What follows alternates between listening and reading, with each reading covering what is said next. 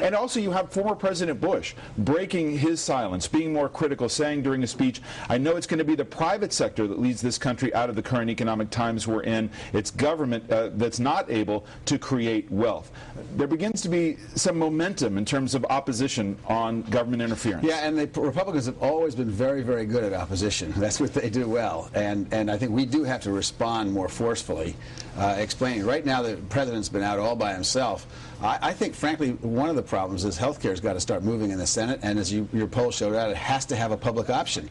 There has to be a choice for the public. They can't be consigned to dealing with the insurance companies from now on. That's going to be a big test for the Obama administration. Well, I'm going to have you explain that. When you talk about a public option, it's the government saying, look, here is a big government-sponsored plan that you can have alongside private insurance. The president says you can keep what you like, right? But here's this public option. And you know, critics, I mentioned President Bush again, he said this is nationalizing health care.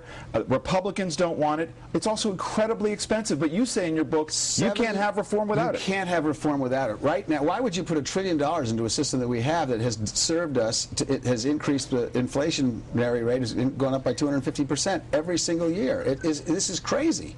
You can't do this. And there's a guy on the show earlier who said, we want real reform. The only way you can really reform the healthcare system and bring down the costs and save our jobs is to give the Americans a choice between the private system and a public system. But you wouldn't have a private system, conservatives say. If you have a government plan, nobody chooses a private system because the government can artificially set prices low. First of all, that's nonsense. Second of all, we've had a government system for 50 years. The Republicans didn't like it then. It's called Medicare. Everybody over 65 is already in the government system. Let the people who are under 65 make a choice between what they think is best for them and whatever their ideology is. Let them be in the public side, let them be in the private side, let them choose.